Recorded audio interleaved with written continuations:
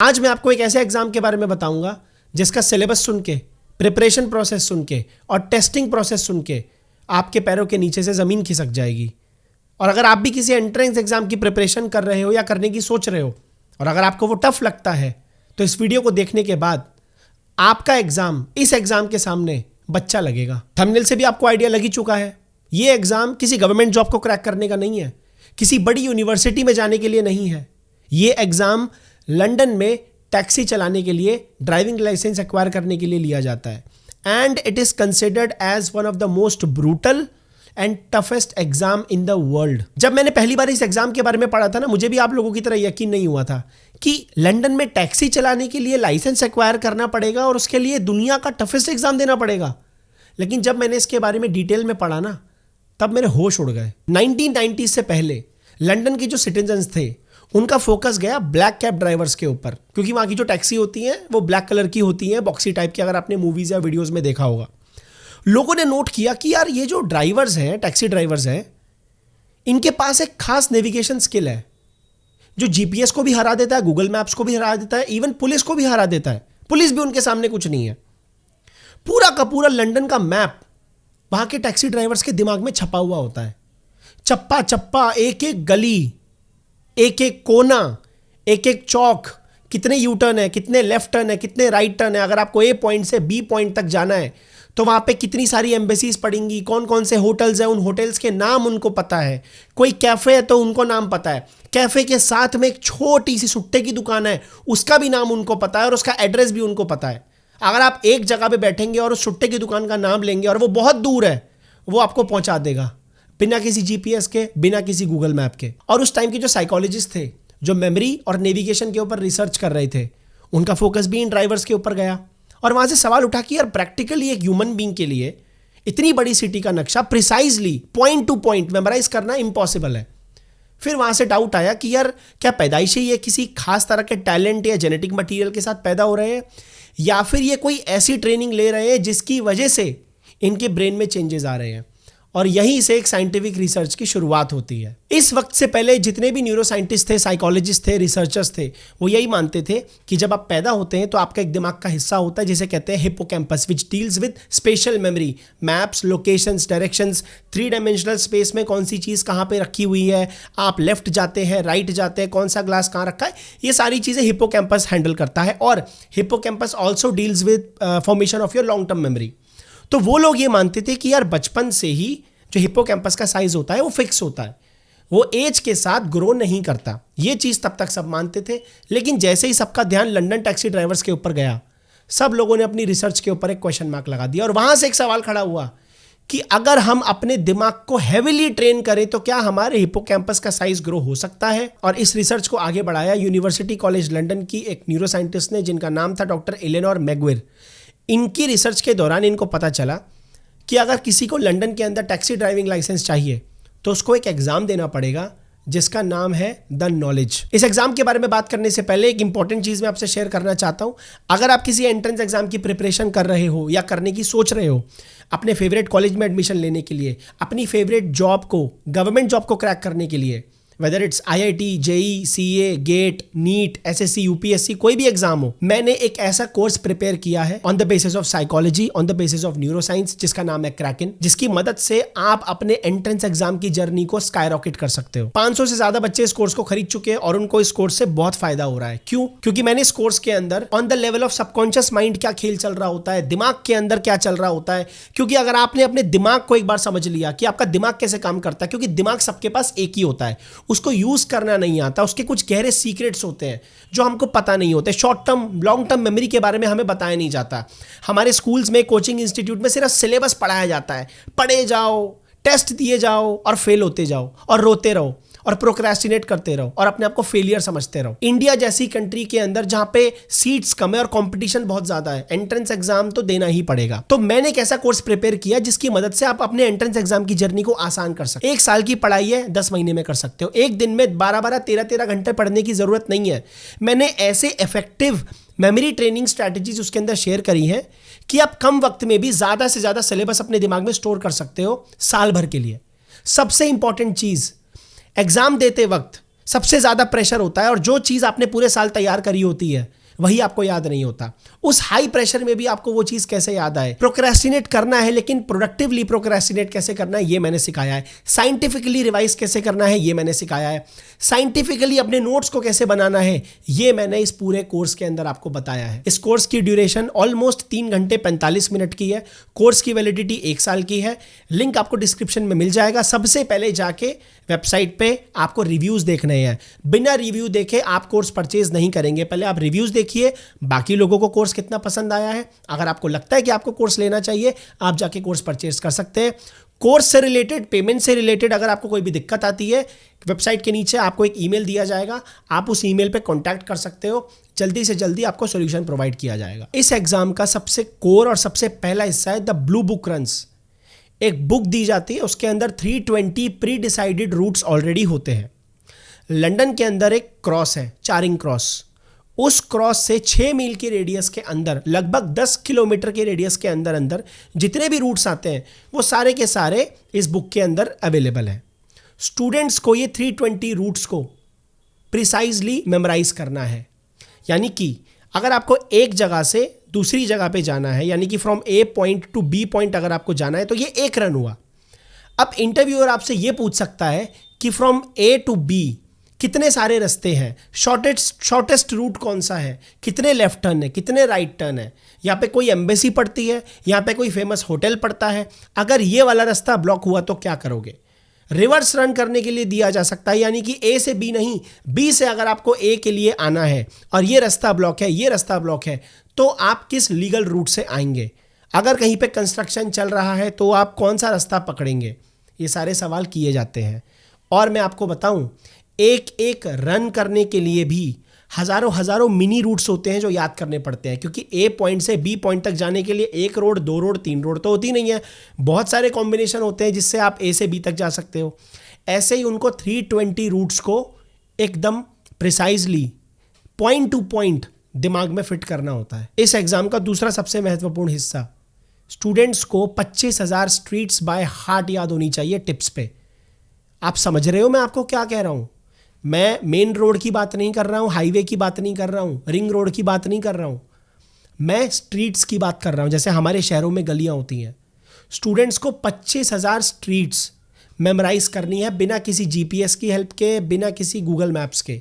जब इंटरव्यूअर आपसे सवाल पूछेगा तो वो आपसे ये पूछेगा कि इस एरिया के अंदर कितनी स्ट्रीट्स हैं, यहाँ पे पेडिस्ट्रियन लेन कितने हैं, यानी कि जिस पे पब्लिक चलती है, यहाँ पे बस लेन्स कितनी है, किस बस लेन पे कौन कौन सी बस आती है और उसके टाइमिंग क्या क्या है, कितने डेड एंड है, कितने लेफ्ट टर्न राइट टर्न है, कितने यू टर्न है, कौन सा नो एंट्री जोन है।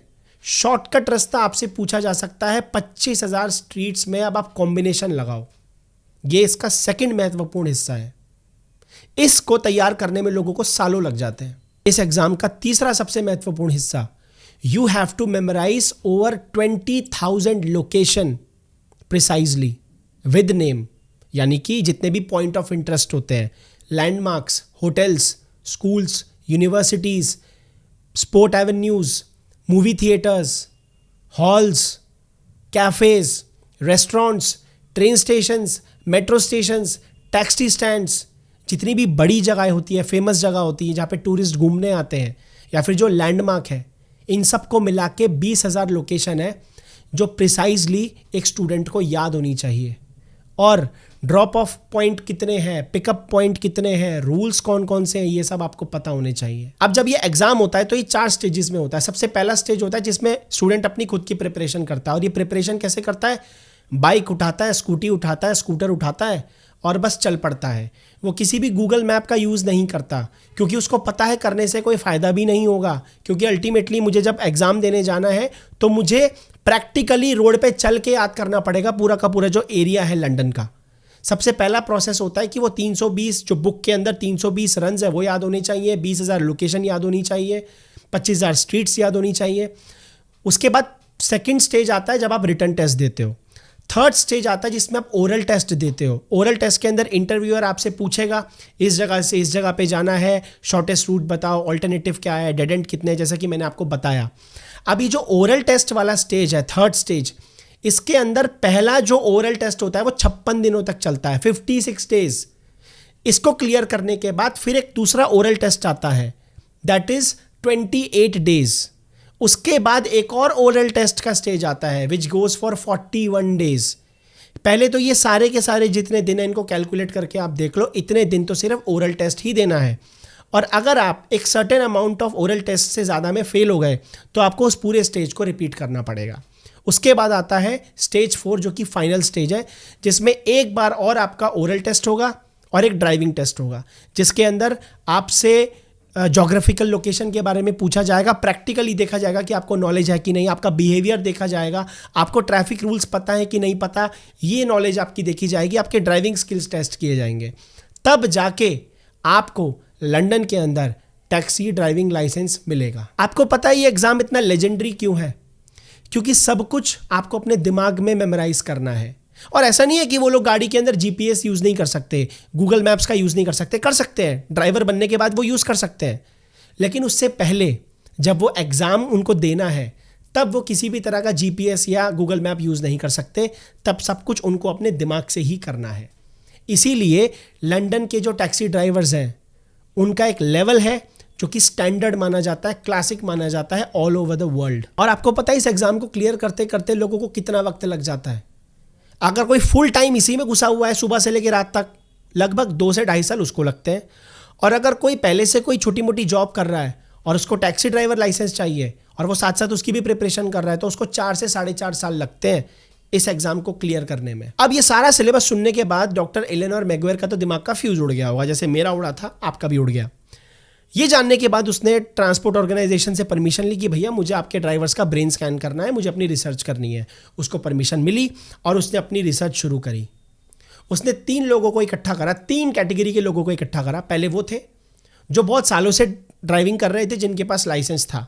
दूसरे वो लोग थे जो अब अपनी एग्ज़ाम की तैयारी शुरू कर रहे थे। और तीसरे वो लोग थे जिनका दूर दूर तक इस एग्ज़ाम से कोई लेना देना नहीं था। जब उनके ब्रेन स्कैन्स हुए तो जो तीसरे टाइप के लोग थे जिनका कोई लेना देना नहीं था, उनका दिमाग बिल्कुल नॉर्मल था, जैसे एक आम आदमी का होता है, मेरा होता है, आपका होता है। जो पहली कैटेगरी के लोग थे उनका दिमाग का ब्रेन स्कैन किया, उनके हिपोकैम्पस का साइज एक नॉर्मल इंसान से 30 to 40% ज़्यादा बड़ा हुआ था। उनके हिपोकैम्पस का ग्रे मैटर बहुत ज़्यादा था, यानी कि जितना ज़्यादा उन्होंने अपने दिमाग को ट्रेन किया उतना ज़्यादा उनके हिपोकैम्पस का साइज बढ़ता गया, यानी कि न्यूरॉन्स बढ़ते गए, न्यूरल कनेक्शंस बढ़ते गए, ग्रे मैटर बढ़ता गया। सेम चीज़ एल्बर्ट आइंस्टाइन के साथ भी हुई थी जब उसके दिमाग का एक्सपेरिमेंट किया गया था उसके दिमाग के ऊपर। और ये जो दूसरे टाइप के लोग थे जो अभी अपने एग्जाम की तैयारी कर रहे थे, उनका ब्रेन स्कैन लेके रख लिया गया, जो कि बिल्कुल तीसरे टाइप के लोगों के ब्रेन स्कैन से मैच कर रहा था, यानी कि नो चेंज। ये जो दूसरी कैटेगरी के स्टूडेंट्स थे जो अपने एग्जाम की प्रिपरेशन शुरू कर रहे थे, इनका ब्रेन स्कैन उसने लिया और वो बैठ गई आराम से कि भैया अब तुम 4-5 साल तैयारी करो और जब तुम्हें लाइसेंस मिल जाएगा तब एक बार और तुम्हारा ब्रेन स्कैन होगा और फिर पहले का ब्रेन स्कैन बाद का ब्रेन स्कैन मैच करेंगे। ठीक है, वो ग्रोथ देखना चाहती थी। 4-5 साल के बाद जब देखा गया तो पता चला कि भैया 70% लोग तो पहले ही ड्रॉप आउट कर चुके हैं और ये एक्चुअल ड्रॉप आउट रेट है। आप जाके गूगल पे सर्च कर लेना, द नॉलेज एग्जाम का ड्रॉप आउट रेट इज 70%, यानी कि अगर 100 बच्चे एग्जाम दे रहे हैं, तैयारी कर रहे हैं, तो 70 बच्चे पहले ही हार मान जाते हैं, कोई छोड़ देता है या किसी को कभी लाइसेंस ही नहीं मिलता। सिर्फ 100 में से 30 लोग हैं जिनको लाइसेंस मिलता है। तो बाद में जाकर के जो ड्रॉप आउट कर चुके हैं तो उनको भी उठा के लाई कि भैया तुम भी आओ, अपना ब्रेन स्कैन दिखाओ, उसका भी एमआरआई करवाया।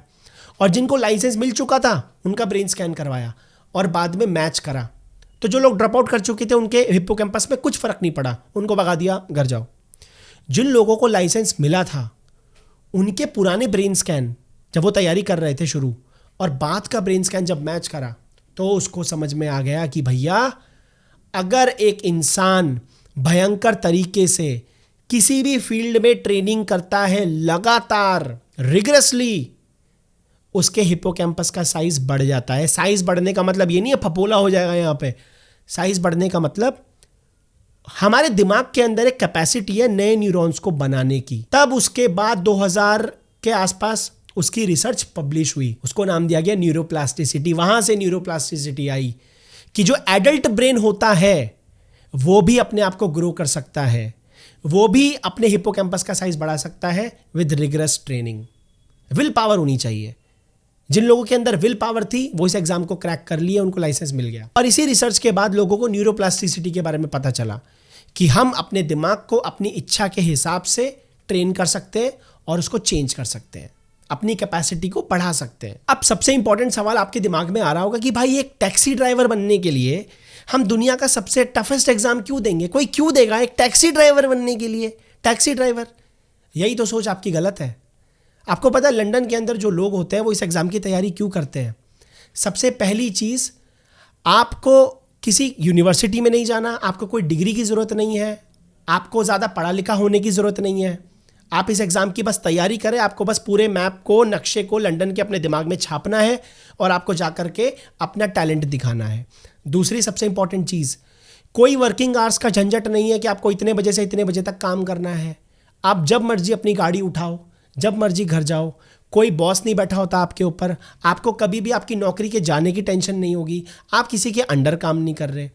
तीसरी सबसे इंपॉर्टेंट चीज़ है सैलरी। पता सैलरी कितनी होती है? 40 से 60 हज़ार यूरोस पर ईयर, INR में 40 to 60 lakhs पर ईयर। अगर आप लंदन के अंदर एक टैक्सी ड्राइवर है ना, आपकी साल की इनकम पता है कितनी होगी? 40 से 60 लाख सालाना। और आपको एक ग्रीन बैज मिलता है, और ग्रीन बैज वहाँ पे एक स्टेटस सिंबल है। जैसे हमारे भारत में कोई IAS बन जाता है, कोई UPSC की तैयारी कर रहा है, कोई IIT क्रैक कर लेता है, तो इज्जत होती है ना कि भाई IITian है, भाई IITian है, भाई ने UPSC क्रैक कर लिया यार, अरे फलाना की लड़की ने CA निकाल लिया यार। जैसे यहाँ पे स्टेटस सिंबल है ना, लंदन के अंदर स्टेटस सिंबल है कि भाई इसके पास ग्रीन बैज है। शक्ति की पूजा होती है, शक्ति की। शक्ति किस चीज़ की? पूरे के पूरे लंदन मैप को उस इंसान ने अपने दिमाग में फिट कर लिया है। किसी के अंदर टैलेंट वहाँ पे, इसीलिए दुनिया भर के अंदर लंदन टैक्सी ड्राइवर्स वालों की रिस्पेक्ट बहुत होती है। लंदन में तो होती है। और एक सबसे इंपॉर्टेंट चीज़ होती है कि कल्चरली भी उनकी फैमिली के अंदर, जैसे बाप अगर ड्राइवर है तो बाप अपने बेटे को भी मोटिवेट करता है, और वो अपनी पूरी की पूरी फैमिली में भी वही कल्चर देखता है कि यार वो भी ड्राइवर है, उनके पास भी ग्रीन बैज है। ग्रीन बैज कैसे मिलता है? अच्छा, इतनी बढ़िया तैयारी करनी पड़ती है, इतना टफेस्ट एग्जाम देना पड़ता है, तब जा करके आपको ये बैज मिलता है। तो एक चैलेंज लेवल भी है वहाँ पे कि भाई कमरे के अंदर 5 लोग बैठे हैं और एक के पास ग्रीन बैज है, तो आप उसको अलग तरीके से देखो कि भाई ये बंदा कुछ होगा। अगर आप भी कभी लंदन घूमने जाओगे, आप कोई ऐसे इंसान हो जो लंदन में बैठ के मेरी वीडियो देख रहा है, तो आपको ये बात बहुत अच्छे से पता होगी। और अगर आप कभी लंदन घूमने जाओगे और आप किसी टैक्सी ड्राइवर को देखोगे और आप इससे बात करोगे और आप उसको बोलोगे भाई तेरे पास ग्रीन बैज है, आपको पता चल जाएगा कि उस बंदे के दिमाग का लेवल क्या है। अब मेरा ना आप लोगों से एक सवाल है, काइंड ऑफ चैलेंज है। आप जिस भी शहर में रहते हो वहाँ पे एक सबसे इंपॉर्टेंट आइकॉनिक प्लेस होती है ना, जैसे दिल्ली का कनॉट प्लेस है, इंडिया गेट है, ऐसे आपके शहर में भी कोई फेमस जगह होगी। वहाँ से 10 किलोमीटर के रेडियस के अंदर अंदर क्या आप एक एक रोड, एक एक हाईवे, एक एक गली, एक एक दुकान, एक एक रेस्टोरेंट का नाम, स्कूल का नाम, हॉस्पिटल का नाम, कितने बस स्टैंड है, उन बस स्टैंड्स के ऊपर कितनी बसें आती हैं, उनके टाइमिंग्स क्या है, उन बसों के नंबर क्या है, शॉर्टेस्ट रूट कितने हैं, क्या आप ये याद कर सकते हो? आपको क्या लगता है, क्या द नॉलेज दुनिया का सबसे टफेस्ट एग्जाम है, या आपके लिए UPSC, IIT, गाँव का ही दुनिया के सबसे टफेस्ट एग्जाम है? मेरे लिए तो द नॉलेज दुनिया का सबसे टफेस्ट एग्जाम है, क्योंकि इतना सारा डेटा, इतना सारा मैप, वो भी इतनी कॉम्प्लेक्सिटी के साथ याद करना इज़ प्रैक्टिकली इम्पॉसिबल, और इसमें सालों की ट्रेनिंग लगती है। और यही मकसद था इस वीडियो को बनाने का। मैं आपको ये समझाना चाहता हूँ कि अगर आप जो भी पढ़ाई कर रहे हैं, जिस भी चीज़ की तैयारी कर रहे हैं, जिस भी स्किल को आप डेवलप करना चाहते हैं, जिसमें भी मास्टरी हासिल करना चाहते हैं, उसमें अगर आप डेडिकेशन के साथ सालों दे देंगे, आपके हिप्पोकैम्पस का साइज भी बढ़ जाएगा यार। सारा खेल दिमाग का होता है, सब कुछ सिर्फ यहाँ से चलता है, यहाँ से। चाहे आपको पेंटिंग करनी है, कोडिंग करनी है, फिल्म मेकिंग करनी है, किसी एंट्रेंस एग्जाम की तैयारी करनी है, या एक नॉर्मल से 10th क्लास 11th क्लास की पढ़ाई करनी है, किसी बड़े एंट्रेंस एग्जाम की पढ़ाई करनी है, सारा खेल दिमाग से होता है। दिमाग को सही दिशा में अगर आप ट्रेन करोगे, आप किसी भी स्किल को एक्वायर कर सकते हो, अगर आपका उस चीज़ में इंटरेस्ट है तो, क्योंकि बिना इंटरेस्ट के तो आपका मन भी नहीं लगेगा। क्रैकिंग का लिंक आपको डिस्क्रिप्शन में मिल जाएगा, जाके सबसे पहले रिव्यूज़ देखना, रिव्यूज़ देखने के बाद ही कोर्स परचेज करना। मैं आपको मिलूंगा अगली वीडियो में। बहुत बहुत धन्यवाद।